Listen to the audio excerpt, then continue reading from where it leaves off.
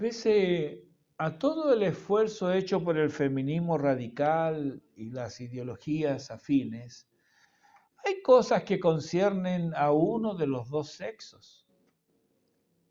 Parece de perogrullo, pero tenemos que sentar las bases de esto. Génesis 1:27 nos dice que y creó Dios al hombre a su a imagen de Dios los creó, varón y hembra los creó. Y Dios no comete errores. Es absurdo pensar así. El que fue creado varón es varón. Y la que fue creada mujer es mujer. Aunque se sienta una ameba o una lombriz. Da lo mismo como se sienta. El hecho es que Dios te creó con el sexo que tienes. Y hay ocupaciones que son específicas de un sexo, no de ambos. La paternidad, por ejemplo, es propia del varón, así como la maternidad es propia de la mujer. Ni el hombre puede ser madre, ni la mujer puede ser padre. Hay hombres ciertamente que renuncian a su rol, pero eso no los convierte en madres. También hay mujeres que no desean ni ocupan su rol de madres, pero eso no las convierte en padres. La inversión de roles tan popular hoy no es otra cosa más que oposición y rebeldía al diseño original de Dios para la familia. Y esto nada tiene que ver con la ayuda que se pueden brindar los miembros de la familia al interior del hogar. Porque, bueno, si somos hombres no tenemos que lavar platos, ¿verdad? ¿Será eso? No. Varón y hembra. Hombre y mujer. Ambos se complementan para sacar adelante a su familia. Y ni uno es superior ni el otro es inferior. Ambos son iguales en dignidad, pero sus roles son distintos. Gálatas 3:28 dice, ya no hay judío ni griego, no hay esclavo ni libre, no hay varón ni mujer, porque todos vosotros sois uno en Cristo Jesús.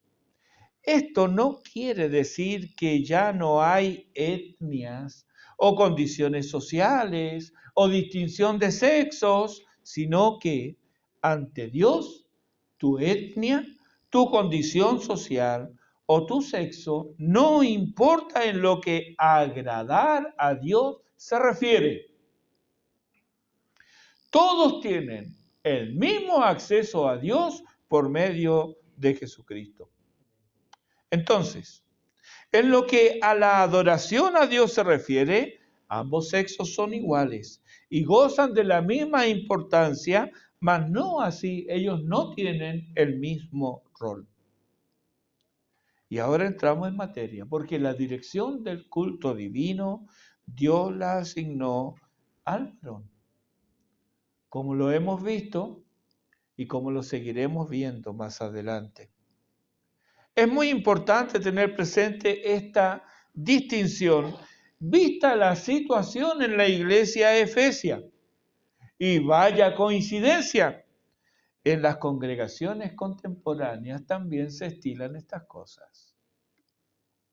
Han pasado 20 siglos entre una y otra.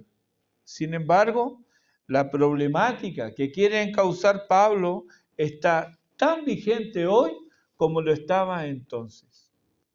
Pablo viene hablando o dando directrices para el culto. Luego de dar algunas exhortaciones generales en los primeros versículos del capítulo 2, sigue presentando el fundamento de dicho culto, que es la fe en el Dios Trino y en la mediación del único mediador, el cual es nuestro Señor Jesucristo.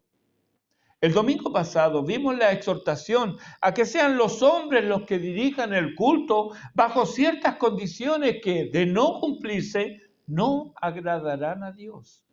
La integridad y santidad, el carácter piadoso del que debe orar, es requisito para que la oración demandada sea oída y grata a Dios.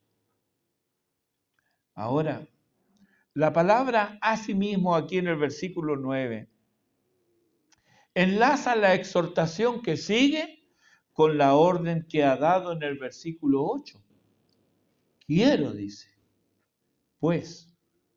Es decir, de la misma forma que los varones debían orar, levantando manos santas sin ira ni contienda, evitando así la inconsecuencia y la hipocresía delante de Dios, de la misma manera, asimismo, como dice nuestro texto, las mujeres, a fin de que su culto a Dios sea grato a Él, consecuente y genuino, debían mostrar piedad y reverencia en el porte, trato, carácter y comportamiento. Y esto pasa en que las damas se arreglen de manera correcta. La palabra atavíen significa en el original arreglar o poner en orden, de donde arreglarse viene a ser un buen sustituto que hasta hoy se utiliza, ¿verdad? ¿Dónde tenemos que ir? A la casa de mi mamá. ¿Y a qué hora es? A las 2 y son las 10, empieza a arreglarte. Tiene que arreglarse. Algunas tardan más, otras tardan menos, pero está bien empleado, está bien empleado. ¿Qué quiere decir Pablo con atavíen o arreglarse? Bueno, en broma se usa decir que las hay que no tienen arreglo. Pero esto es incorrecto, hermanos. Una mujer o cualquiera en las manos del Señor es y será transformada. Tiene arreglo en las manos del Señor. Pero no estamos hablando de ese arreglo glorioso que se dará cuando el Señor venga por los suyos, sino de la preparación adecuada para la adoración. ¿Acaso hay un arreglo que demanda la oración? Claro que sí. Veamos nuestro texto, versículo 9. Asimismo, que las mujeres se atavíen de ropa decorosa. Aquí, la palabra que se traduce como decorosa viene a significar bien ordenado, bien arreglado.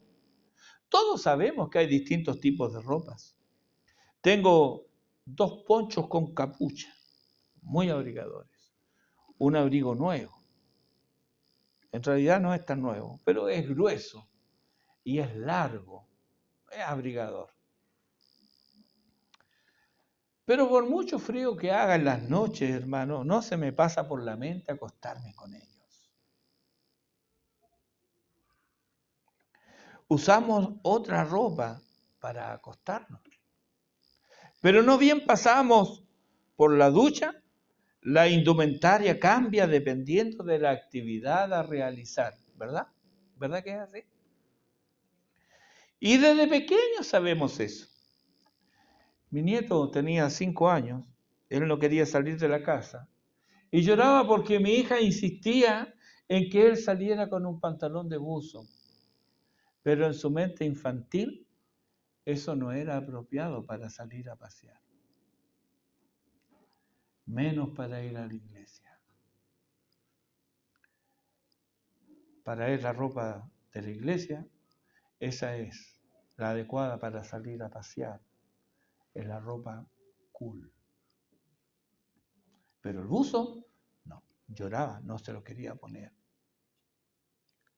Hay ropa de gala y hay ropa de trabajo. También debe haber una vestimenta para adorar. La palabra traducida por ropa no solo se refiere a los vestidos, sino que también alude al comportamiento o actitud. Es decir, Pablo está diciendo que la preparación de la mujer para adorar es total, no solo respecto de sus vestimentas, reflejando una piadosa apariencia, sino también teniendo una actitud adecuada que refleje un corazón entregado al Señor. Me crié en una denominación donde el uso del pantalón por parte de la mujer hasta el día de hoy es considerado pecaminoso. Desde niño observé que todas las hermanas y las niñas usaban vestidos, pero crecí y ya me fijaba también en otras cosas. El uso del vestido era generalizado entre las damas. Todas usaban vestidos, pero habían vestidos y vestidos. Algunas hermanas parecían refugiadas de la guerra, pero otras parecían modelos de pasarela. Y sí, también había mujeres modestas, pero esas no eran las de la pasarela. ¿Se entiende? Y debió ser más de lo que yo recuerdo, porque me acuerdo de un pastor anciano hablando, usando el texto de Joel capítulo 2, versículo 13, donde dice, rasgad vuestro corazón y no vuestros vestidos, que él dijo, hermanas, han entendido mal el texto. Dice que es el corazón el que se debe rasgar y ustedes están rasgando sus vestidos. Y era cierto. Estaba la moda de los vestidos ajustados y rasgados, y cual más, cual menos, exhibía su falta de piedad y de cordura. Es que las damas se enfrentan al mismo reto que enfrentan las mujeres de Efeso. Las mujeres en Efeso tendían a imitar los valores, los usos y las modas de las culturas que les rodeaban. Y en Efeso este debe haber sido muy intenso, dado el lugar extraordinario de la mujer en esa sociedad en virtud del culto a Diana, como lo hemos visto en domingos anteriores.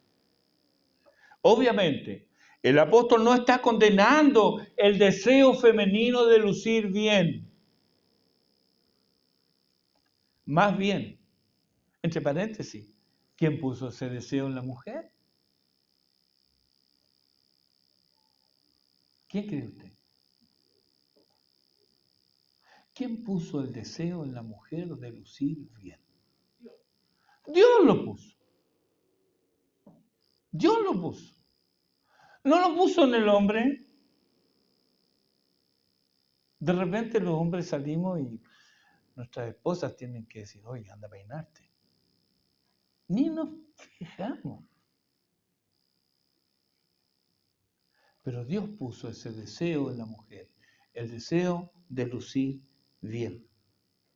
Lo que el apóstol está condenando aquí, o está llamando la atención más bien, es que él no quiere que esto se lleve a extremos pecaminosos, descuidando la apariencia, por un lado, o preocupándose excesivamente por ellas.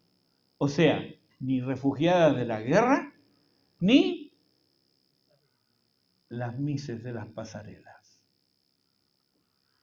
Son extremos. ¿Cómo entonces podían saber ellas que estaban vestidas adecuadamente para el culto de adoración? Esta es la pregunta a responder, pero debe responderla una creyente.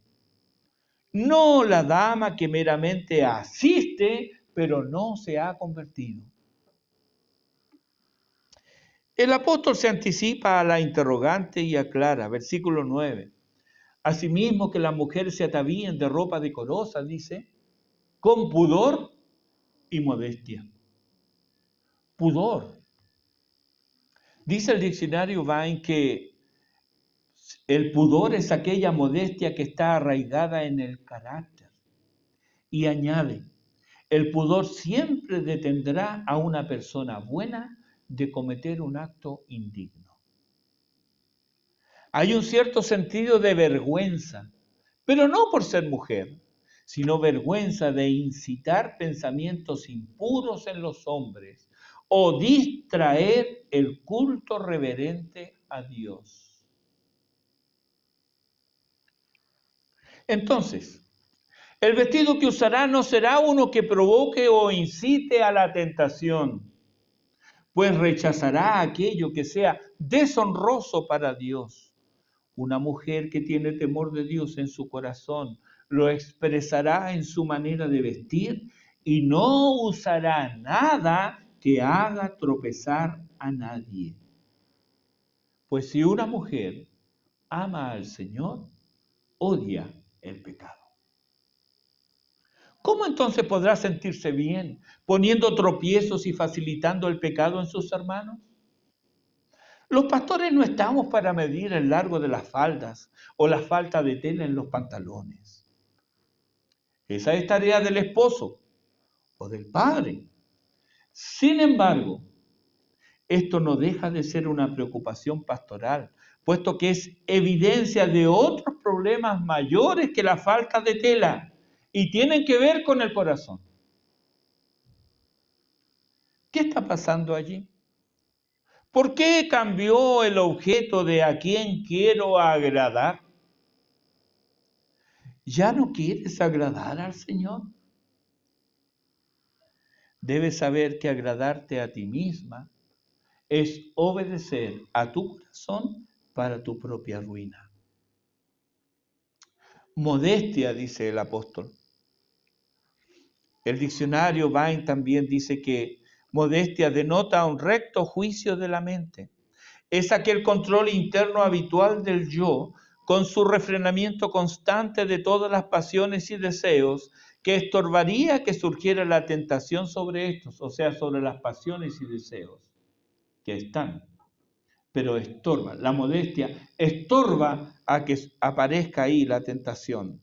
O en todo caso, que sugiera con tal fuerza que venciera los controles y las barreras que el pudor le opusiera. Aquí podemos hablar del dominio propio. No se trata de ignorar nuestra constitución como si fuéramos seres angelicales o asexuados. Dios nos ha hecho con deseos y pasiones, pero es deber del hombre tenerlo bajo control. Y estará bajo control en la misma medida en que nos sometamos al control del Espíritu de Dios. Y como el texto va dirigido específicamente a las mujeres, hermanas, debe estar por su bien y seguridad bajo el control del Espíritu de Dios, entregadas a Él y no llevadas por las permanentes fluctuaciones de la moda. Los esposos y los padres tienen mucho que decir respecto a esto como guías y guardianes del hogar. Tristemente, los hombres también sucumben a las modas y en vez de refrenar conductas irreverentes, muchas veces propician el vestir deshonestos. Querido hermano, tu esposa no es para que la exhibas como si de un trofeo se tratara. Primera Tesalonicenses capítulo 4, versículos 4 y 5, dice que debes tener a tu esposa en santidad y honor y no en pasión de concupiscencia como los gentiles que no conocen a Dios. Ellos sí, míralos y te vas a dar cuenta. Exhiben, miren lo que tengo. Hay diferencia. En Proverbios capítulo 5, los versículos 15 al 19, nos dice que hay atributos de tu esposa que son solo para ti y no para los extraños contigo, así tal cual dice. Por lo tanto, el mismo cuidado que Dios le habla a la mujer que debe observar es el cuidado que el varón debe tener por su esposa o por su hija. Si falta tela y no está ciego, que sea en la vestimenta que solo tú puedes ver. En esto también pueden colaborar las mujeres mayores, quienes, además de reverentes, según Tito capítulo 2, versículos 4 y 5, deben enseñar a las mujeres jóvenes a amar a sus esposos y a sus hijos, a ser prudentes, castas, cuidadosas de su casa, buenas, sujetas a sus maridos. Pero, queridas hermanas, tengan cuidado aquí y asegúrense de ser, como dice el texto, reverentes y no calumniadoras y maestras del bien. El hecho de que peines canas no te da derecho si no eres una maestra del bien, si no eres reverente. Y esto porque no son necesarias las censoras, ni las que siempre están mirando qué criticar. Muchas veces se esconde tras la máscara de una pretendida modestia el rostro aborrecible del orgullo. Todo debe hacerse para el Señor, con pudor y modestia. Sigue diciendo el apóstol, no con peinado ostentoso, ni oro, ni perla, ni vestidos costosos, sino con buenas obras como corresponde a mujeres que profesan piedad. Como dijimos antes, los atavíos de ropa decorosa no tienen que ver solo con los vestidos en sí, sino también con el comportamiento. La ostentación vanidosa en el vestir o en los peinados no se corresponde con la piedad y la devoción al Señor que se ha de manifestar en su presencia. Tanto la actitud, conducta y la vestimenta como complemento debían llevar la impronta del recato y la modestia. Aquí hay una admirable diferenciación entre la mujer temerosa de Dios y aquella que vive según los dictados del mundo. Sabemos por el libro de Hechos que, contrario a lo que popularmente se cree, el Evangelio llegó a toda la sociedad, incluida lo que conocemos como alta sociedad. Y esto desde la misma predicación del Evangelio.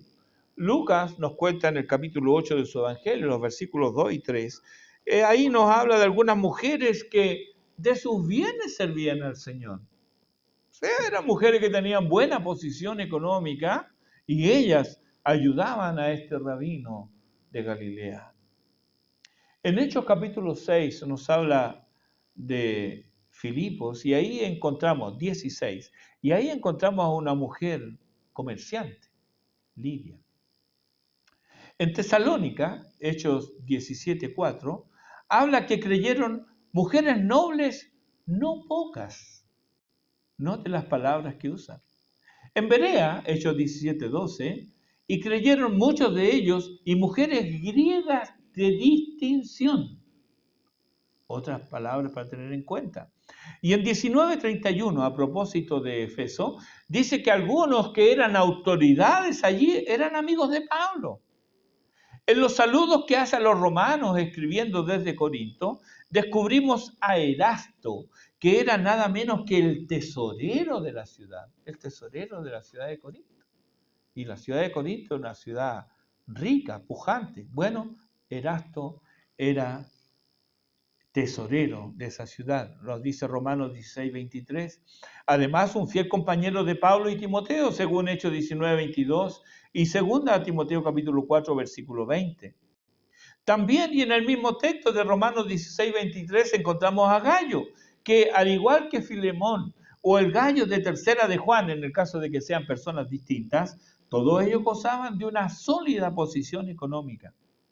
Todo esto nos dice, y nos lo confirma lo escrito por Pablo en nuestro texto de 1 de Timoteo 2:9, que había en las congregaciones cristianas personas con sobrados recursos económicos que, puestos a la influencia de una ciudad de mucha riqueza y mercaderías varias, es posible que hicieran gala en sus reuniones, no solo de la belleza de cada cual, sino que también ostentaran señales externas del poder económico que poseían.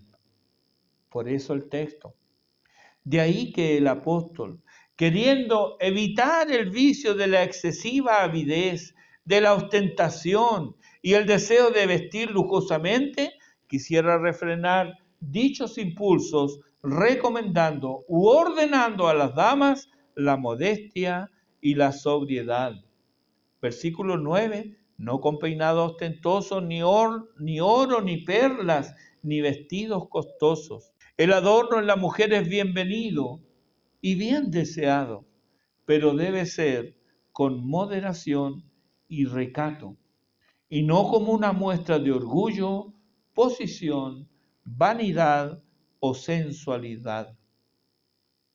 Recuerda, querida hermana, vienes a adorar al Señor, no a exhibirte. Juan Crisóstomo, en el siglo IV después de Cristo, dijo en un sermón sobre este tema: ¿en qué consiste la ropa decorosa? Se refiere a los vestidos que cubren completa y decentemente el cuerpo, carente de adornos superfluos, incluye solo aquellos que son apropiados y no excesivos. ¿Acaso os acercaréis a Dios para orar con peinados ostentosos y adornos de oro? ¿Acaso habéis venido a un baile, a una boda, a una presentación teatral? En ese caso, los vestidos costosos son apropiados, pero en la iglesia ninguno de ellos es correcto. Habéis venido a orar, a suplicar por el perdón de vuestros pecados, a rogar por vuestras ofensas, a buscar al Señor con el deseo de ser aceptados delante de Él y para que Él sea propicio a vosotras. Haced a un lado esa hipocresía. La iglesia es para la adoración, no para el espectáculo ni para la pasarela. Versículo 10. Sino con buenas obras, como corresponde a mujeres que profesan piedad. Me he convencido de que los cónyuges que ponen obstáculos a sus esposos o a su esposa, a que su esposo o su esposa sirva al Señor, o los padres que dificultan a sus hijos, que sus hijos se congreguen, lo hacen porque son necios e ignorantes. ¿Cómo pueden oponerse a que su cónyuge aprenda a vivir agradando al Señor si eso va en directo beneficio propio? ¿Cómo puedes poner obstáculo a que tus hijos sirvan al Señor si eso les hará mejores hijos y buenos ciudadanos, responsables, diligentes y respetuosos? Mira cómo el apóstol aquí une conducta, carácter y actitud.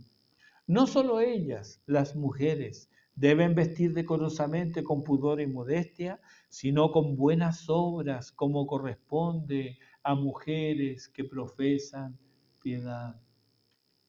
Esta frase corresponde al testimonio que nuestras hermanas entregan, testimonio que se fundamenta en las buenas obras.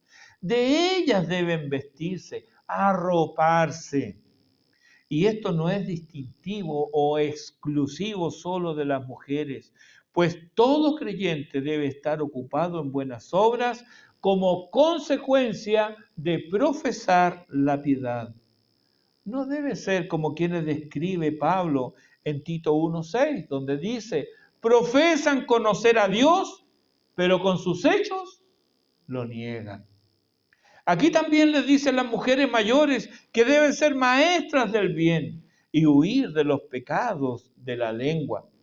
En Tito capítulo 2 versículo 14 nos asegura que somos su pueblo celoso de buenas obras y le insiste a Tito que enseñe que los que creen en Dios procuren ocuparse en buenas obras. Otra vez capítulo 3 versículo 8 de Tito. Y vuelve sobre lo mismo en el capítulo 14 del mismo capítulo 3, versículo 14 del capítulo 3 de Tito, donde dice Pablo: y aprendan los nuestros a ocuparse en buenas obras para los casos de necesidad, para que no sean sin fruto. Buenas obras. ¿En qué gastamos el tiempo, la energía y nuestra fortuna? Profesar en nuestro texto significa hacer un anuncio público. O sea, si has anunciado tu entrega al Señor, te debes conducir de una manera consistente a esa fe que dices profesar. Profesar piedad viene a significar temor o reverenciar a Dios. Si afirmas que eres cristiana, estás afirmando que adoras y sirves a Dios. Y si adoras y sirves a Dios, debes comportarte como es digno de Él. ¿Cuántos escándalos se evitarían si se consideraran estos textos? ¿Y sobre quién recae el baldón? Con cuánta frecuencia nosotros somos la causa de que los enemigos del Evangelio hagan burla de él. Cuánta blasfemia y deshonra a nuestro bendito Salvador por causa de nuestra conducta. Por otro lado, hermanos, qué bendición en la congregación y aún en la sociedad cuando los creyentes abundan en buenas obras. Recuerdo hace muchos años yo tomaba un curso sobre judaísmo. El que dictaba la clase odiaba el cristianismo. Bueno, como muchos en realidad, hablando de cristianismo, él se refería al catolicismo romano. Hay mucha gente así. Bueno, este señor odiaba el cristianismo. Él me preguntó el primer día de mi clase de qué religión yo profesaba. Yo se lo dije, que era evangélico. Él me interrogó más. Bueno, le dije de qué denominación era. Él sabía mucho de denominación. Él sabía. Y me dijo si yo conocía al pastor Murgues. Le dije que no, pero que mis padres seguramente sí lo habían conocido.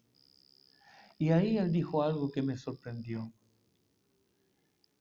Él dijo, él odiaba el cristianismo, pero él dijo, ese hombre era un santo. Él, que no gustaba de los cristianos, manifestaba su aprecio por este hombre de Dios. Y esto lo he visto muchas veces. Hombres y mujeres que reconocen en algunos creyentes lo especial que es la piedad que ellos reflejan. Claro, ellos no lo dicen así, pero entendemos que se refieren a sus obras y su carácter. Hombres y mujeres piadosos en los que la sociedad necesita. Hechos 9 nos narra un evento muy emotivo en la ciudad de Jope, versículo 29. Esto es Jafo, cerca de Tel Aviv hoy día, o Jaffa en árabe, como quiera. Pero es una ciudad que existe. En ese lugar, el Jope bíblico de Hechos 9, dice, levantándose entonces Pedro fue con ellos, y cuando llegó le llevaron a una sala donde le rodearon todas las viudas, llorando y mostrando las túnicas y los vestidos que Dorcas hacía cuando estaba con ella. Dorcas estaba muerta, pero ahí estaban sus obras, declarando la auténtica piedad de esta mujer ejemplar. Me pregunto, y creo que debes preguntarte también, ¿viene la muerte por ti y por mí? Seguramente nos llorarán, pero eso no es extraordinario. Lloraron hasta el mismo Herodes en su muerte. Y han llorado a dictadores malvados como Trujillo, quien se dice que pagó 1 peso por las lloronas y 2 pesos si el llanto iba con desmayo. El punto no es si te lloran o no, sino cómo te recordarán. ¿Cuántos darán gracias a Dios por tu vida? Por cierto, ¿Has invertido en otras vidas? ¿Será el recuerdo de tu vida fuente de inspiración para que otros anhelen vivir como tú viviste?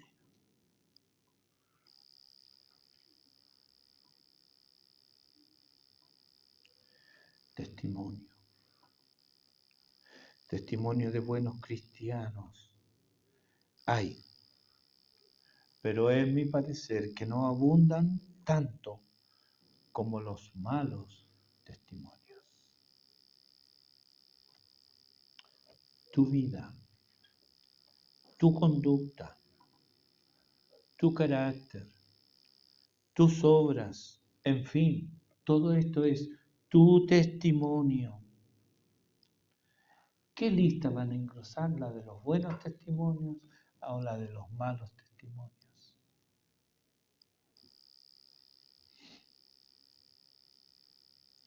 Si ya sabes que vas por mal camino, hoy estás a tiempo para hacer un cambio. ¿Cómo?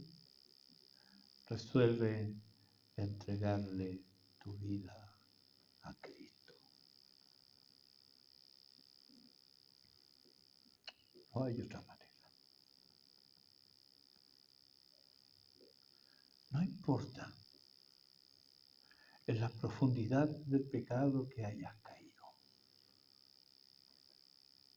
Y como creyente muchas veces fallamos y caemos y nos avergonzamos. Pero hay perdón y limpieza en la sangre de Cristo. Podemos ir a Él. Y de Él vamos a obtener no solo perdón, sino que también limpieza. Y aquellos que aún no le han entregado su vida al Señor, su vida puede ser transformada por la obra del Espíritu de Dios en ellos. Por lo tanto, resuelve entregarle tu vida a Cristo. Y Él va a hacer de ti la Tabita que el mundo necesita. Que el Señor bendiga su palabra.